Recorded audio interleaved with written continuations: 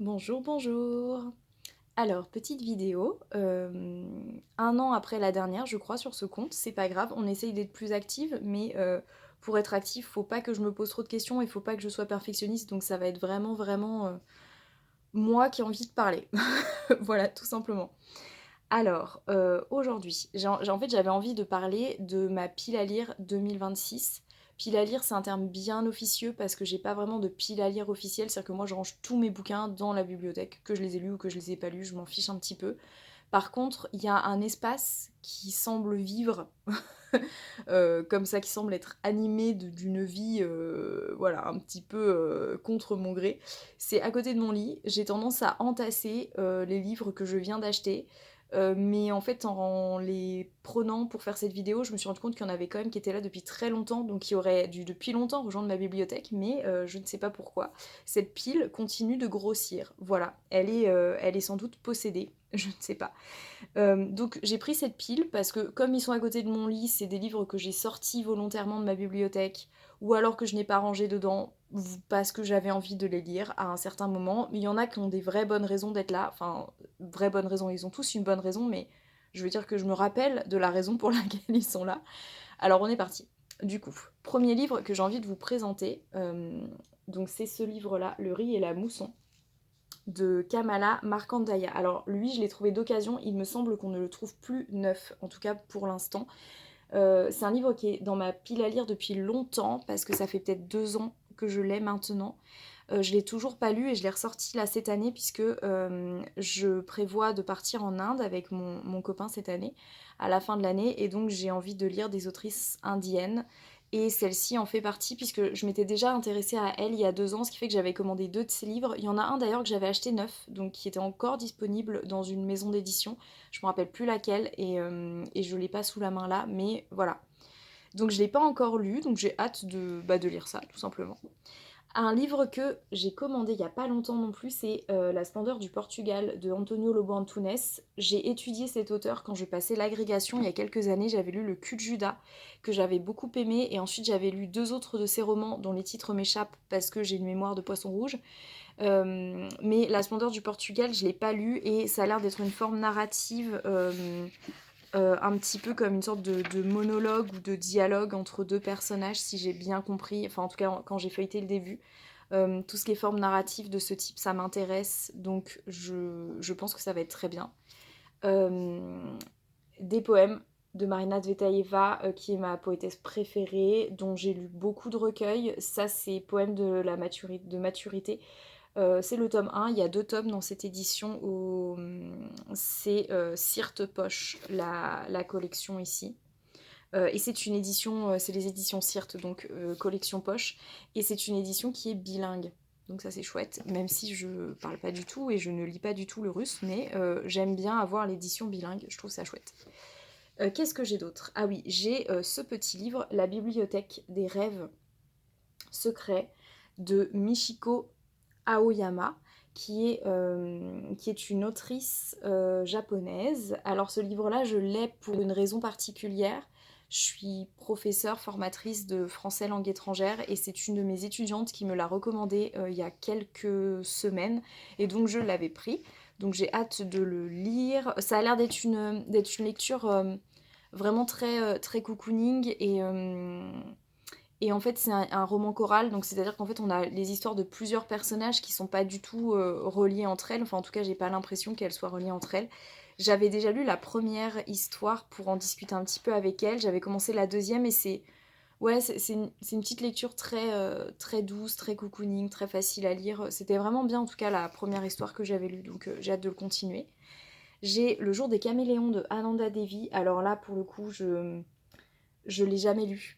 Voilà, je l'ai jamais lu et j'ai acheté ce livre cet été dans une librairie qui était très très chouette, une petite librairie dans un petit village quand j'étais en vacances. Et j'avais discuté avec la libraire, tout ça, et j'avais pris ce livre qui, voilà, un peu comme ça parce que le moment était sympa et que je m'éclatais. Donc voilà, pour ça. Alors, il va falloir que je bouge un petit peu pour prendre les autres livres. Alors, les autres livres, qu'est-ce que j'ai ici? Ah oui, j'ai Une fille que j'ai embrassée de Emma Donoghue. Je sais pas comment on prononce son nom, je ne sais pas. qui est une histoire qui s'inspire notamment de l'histoire de Anne Lister, qui est un personnage de l'histoire anglaise du 19e siècle. Je l'ai découverte cette année grâce à une amie qui m'a fait découvrir cette personne, voilà, que je ne connaissais pas. J'ai une sorte d'intérêt assez prononcé pour le personnage d'Anne Lister. Et donc c'est un roman lesbien aussi. Donc voilà. J'avais très envie de le lire, donc je l'ai pas lu, hein. Par contre, je me suis déjà un petit peu renseignée sur le personnage d'Anne Lister, etc. Là, bien évidemment, c'est très romancé, mais je sais que ça va me plaire, du coup. Voilà.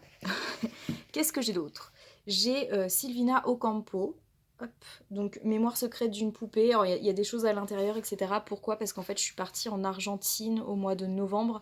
C'est pour ça que j'avais acheté ce livre. Je l'ai emmené là-bas, mais j'ai pas eu le temps de le lire là-bas. Donc voilà, pour ça il y a des choses à l'intérieur, mais je l'ai pas lu encore. Donc voilà, je sais pas du coup si je vais le mettre sur ma liste de priorités, puisque j'aime bien avoir des lectures en lien avec mes voyages. Après, là du coup, comme le voyage est un peu derrière moi et que je me consacre à d'autres choses, je sais pas si je vais me remettre dans le mood de la découvrir. Donc à voir, même si en fait j'avais très envie de lire le livre de Mariana Enriquez, qui est une biographie du coup de Silvina Ocampo. Euh, je sais pas pourquoi je sais plus comment ça, je crois que ça s'appelle Petite Sœur ou quelque chose comme ça. Je me rappelle plus exactement du titre. J'avais très envie de le lire. Je m'étais dit ça serait quand même bien de découvrir un peu Silvina Ocampo par elle-même déjà d'abord. Donc on verra si j'arrive à me mettre d'accord avec moi-même. Voilà. Alors je change de main pour prendre les autres livres qui sont là. Alors, qu'est-ce que j'ai? Bah, j'ai un livre que j'ai acheté en Argentine qui m'avait été recommandé par une source sûre. Ça s'appelle La Come Madre de Roque Larraqui. Et donc c'est en espagnol. Donc pareil, c'est un souvenir de voyage, donc je suis très contente de l'avoir. Après, est-ce que je vais me motiver à lire en espagnol maintenant, cette année? En vrai, je suis pas tout à fait sûre, parce que mon objectif, c'est plutôt de progresser en italien. Donc, et je suis pas très assidue, moi, sur les langues. Enfin, comment dire, j'ai du mal à faire quelque chose de manière très très régulière comme ça en termes d'apprentissage de la langue. Donc je sais pas si je vais réussir à lire en espagnol cette année ce livre-là. Peut-être qu'il va patienter dans ma pile à lire, je ne sais pas. Ah, une autrice que j'aime beaucoup, Dubravka Ugresic, je sais pas trop comment, si je prononce bien, mais voilà. Baba Yaga a pondu un œuf. J'aime bien cette autrice, je l'avais découverte il y a quelques années déjà. J'ai pas lu ce livre-là. Je l'ai commencé un petit peu quand je l'ai acheté et je l'ai pas poursuivi parce que je le gardais pour plus tard. Mais vraiment super chouette. Voilà. En fait, j'ai déjà beaucoup aimé le début, donc il faut absolument que je le continue en fait et que je le termine. Voilà. Mais il est dans ma pile à lire. Qu'est-ce que j'ai d'autre? Ah oui, ça je l'ai acheté récemment. C'est Viande de Martin Arni, je sais pas comment on prononce. Alors c'est un auteur qui est tchèque. Et ce livre, je l'ai acheté pourquoi? En gros, c'est une sorte de dystopie dans laquelle il n'y a plus ni animaux ni végétaux, et donc les humains, enfin c'est une sorte de cannibalisme quoi. Mais ça a l'air d'être une sorte de film un petit peu sur des mondes totalitaires, sur des régimes totalitaires, etc. Donc voilà, ça m'a fait de l'œil tout de suite, je l'ai pris direct, vraiment direct. Je connaissais pas, en tout cas c'est publié récemment hein, parce que c'était... Enfin, j'ai plus. Enfin, voilà, je vais pas retrouver la date de publication ici, mais ça a été publié très récemment en tout cas. Qu'est-ce que j'ai d'autre? Ouais, j'avais envie de me détendre un petit peu aussi, et j'avais envie de. Alors, moi, je lis pas beaucoup de fantasy. Enfin, j'en lis un petit peu en vrai. En vrai, c'est faux parce que en vrai, j'en lis quand même. Par exemple, là dernièrement, j'ai relu un petit peu de Robin Hobb. J'avais lu L'Assassin Royal quand j'étais très jeune, et j'ai relu les 2 premiers tomes des Aventuriers de la mer. Et c'était très chouette, donc je pense que je vais continuer d'ailleurs dans l'année. Mais on va dire que la fantasy, c'est plus une lecture un peu... voilà, quand j'ai envie, voilà. C'est quand j'ai pas envie de me prendre la tête, quand j'ai envie de m'échapper un petit peu du monde réel. Et il y avait ce livre-là, Du thé pour les fantômes, qui a eu beaucoup, beaucoup de succès. Je crois que j'en avais entendu pas mal parler sur TikTok. De Chris Vuklicevic. Et en fait, ce que j'aime bien, c'est que bah déjà, en fait, c'est écrit en français. À l'origine, c'est pas une traduction. Et ça se passe dans le sud de la France. Et franchement, le pitch m'a fait vraiment envie. Donc voilà, du coup, j'ai celui-ci que j'ai vraiment envie de lire. Alors, qu'est-ce que j'ai d'autre? Alors après, on arrive sur... Oh là là, il y a de la poussière. Il y a de la poussière. Alors voilà, il y a ce livre-là, Après Sappho. Alors lui, c'est Un grain de lettres, je crois, qui en avait parlé sur sa chaîne il y a peut-être assez longtemps. Et j'avais été assez enthousiasmée par le livre. Euh, donc c'est un livre féministe sur des écrivaines, des artistes. Enfin, c'est une forme un peu expérimentale, hein, de toute manière. Le livre, je trouve, est très chouette avec cette forme-là. En plus, il y a des illustrations à l'intérieur. Je sais pas si je vais arriver à vous montrer parce que... Hop, voilà. Il y a des illustrations à l'intérieur, c'est beau. Voilà. Donc lui, clairement, j'avais envie de lire, ne serait-ce que pour la forme qui m'intéressait. La vidéo de Un grain de lettres était très intéressante aussi. Voilà, maintenant ça fait longtemps que je l'ai écouté, mais lui je l'avais acheté, donc ça fait assez longtemps qu'il est dans ma pile à lire. En fait, il était tout en bas. Je pense que je vais le remonter un petit peu parce que vraiment, il pourrait faire partie de ma liste de priorités. Qu'est-ce que j'ai d'autre? Ah oui, bon, encore de la fantaisie. Pour le coup, c'est Babel de R.F. Kuang. Alors, c'est une autrice qui est hyper connue sur le BookTok, etc. Enfin, qui écrit de la fantaisie. J'ai lu Yellowface l'année dernière ou l'année d'avant, je sais plus. J'avais trouvé ça très sympa. Après, c'était pas non plus un coup de cœur. Voilà, je l'ai lu en français, dans la traduction française. Ça avait pas été un coup de cœur. J'avais trouvé que c'était un peu trop... Comment dire? En fait, j'avais trouvé dommage que certaines thématiques soient abordées de manière trop superficielle. Enfin voilà, j'en avais gardé. Enfin, j'étais un peu restée sur ma faim et en même temps, j'avais trouvé ça rigolo et fun. Donc, je m'étais dit, tout le monde conseille Babel parce qu'en termes. Alors là, pour le coup, Yellowface, c'était pas de la fantasy, donc on était sur un genre littéraire différent. Mais sur la fantasy, il paraît que Babel est vraiment bien. Alors, j'ai commencé à lire sur ma liseuse.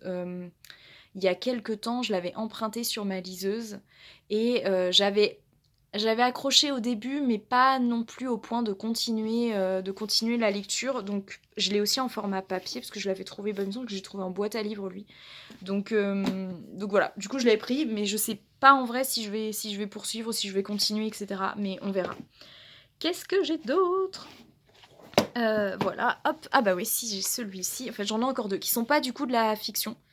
Je lis très peu de non-fiction, vraiment très très peu. Quand je lis de la non-fiction, c'est beaucoup sur ma liseuse en fait, je sais pas pourquoi, mais j'ai un peu l'impression que c'est un peu comme pour le travail en fait. Donc du coup, je suis pas concentrée de la même manière et c'est pas du papier. Voilà, c'est très bizarre, très psychologique. Et voilà. Bon, il y a ce livre-là, c'est mes parents qui me l'ont offert pour le coup à Noël. L'animal féministe et bah ça a l'air super intéressant. C'est un livre avec plusieurs chapitres qui sont consacrés à des femelles de différentes espèces et à leur fonctionnement en fait, voilà, leur fonctionnement dans leur société animale. Donc ça parle de plein de choses, ça parle de relations de pouvoir, ça parle de la sexualité aussi, enfin ça parle de plein de choses et ça permet a priori d'avoir aussi une réflexion du coup sur l'espèce humaine. Voilà, donc ça a l'air super intéressant. C'est de la non-fiction, je vais pas le lire en entier d'un coup. Je pense que je vais lire des petits chapitres de temps en temps. Qu'est-ce que j'ai aussi? Bah voilà, j'ai celui-ci. Alors pour le coup, moi je suis prof de langue, donc la langue m'intéresse en général. Hop. Et donc ici c'est sur le patois berrichon. Pourquoi? Parce que je suis berrichonne d'origine, même si je n'y vis plus depuis très longtemps. Je suis quand même très attachée à mon terroir d'origine. Et ce livre-là est sur le patois berrichon. Alors, je l'ai trouvé, enfin, j'en ai pas spécialement entendu parler avant, mais c'est un petit livre vraiment très très simple avec un peu plus. Enfin, ça fait format entre livre et magazine, vous voyez. Et ça parle de plein de choses. Ça parle de George Sand, que j'adore. Ça parle de plein de choses. Et j'avais envie de lire un petit peu là-dessus. Voilà, voilà, parce que j'enseigne le français. Mais je n'oublie pas que le français il en existe de différentes sortes, de différentes formes, et que dans ma région, on parlait aussi une langue qui aujourd'hui a tendance à ne plus vraiment être connue, pratiquée, quoi que ce soit, mais ça m'intéresse de lire un petit peu sur cette langue-là. Et voilà, je crois que j'ai présenté tous les livres. Qu'est-ce qu'il y a d'autre? Ah bah si, ah bon après en fait il y a des livres que je lis mais c'est un peu pour pratiquer. Il y a un livre que je lis en italien mais c'est pas du tout italien en plus. C'est vraiment Roald Dahl Mathilde en italien. Voilà, que je lis en italien. Pourquoi? Parce que je connais le livre un petit peu par cœur et donc c'est facile du coup de parcourir le livre en italien. C'est un peu un petit caprice parce qu'en soi j'aurais pu acheter un livre d'un auteur ou d'une autrice italienne et le lire en italien directement. Mais voilà, j'avais envie de lire, de relire ce roman jeunesse. C'est un petit caprice de ma part, mais pas très grave. Je me pardonne. Et voilà, bon voilà ma sorte de pile à lire, en sachant qu'en fait j'ai plein de livres aussi qui sont potentiellement rangés dans ma bibliothèque, que je peux lire cette année. J'en ai d'autres qui sont sur ma liseuse, et il y en a d'autres que je vais lire pour le travail, mais dont je vais pas forcément parler, parce que c'est pour mes élèves ou mes étudiants, etc. Donc c'est pas forcément hyper intéressant. Voilà, voilà, enfin c'est pas hyper intéressant pour vous, pour moi c'est moins intéressant aussi, parce que c'est pas mon plaisir personnel. Voilà pour cette petite vidéo. Et bah écoutez, j'espère que ça vous a donné des idées, j'ai beaucoup parlé. Et ciao ciao, bye bye.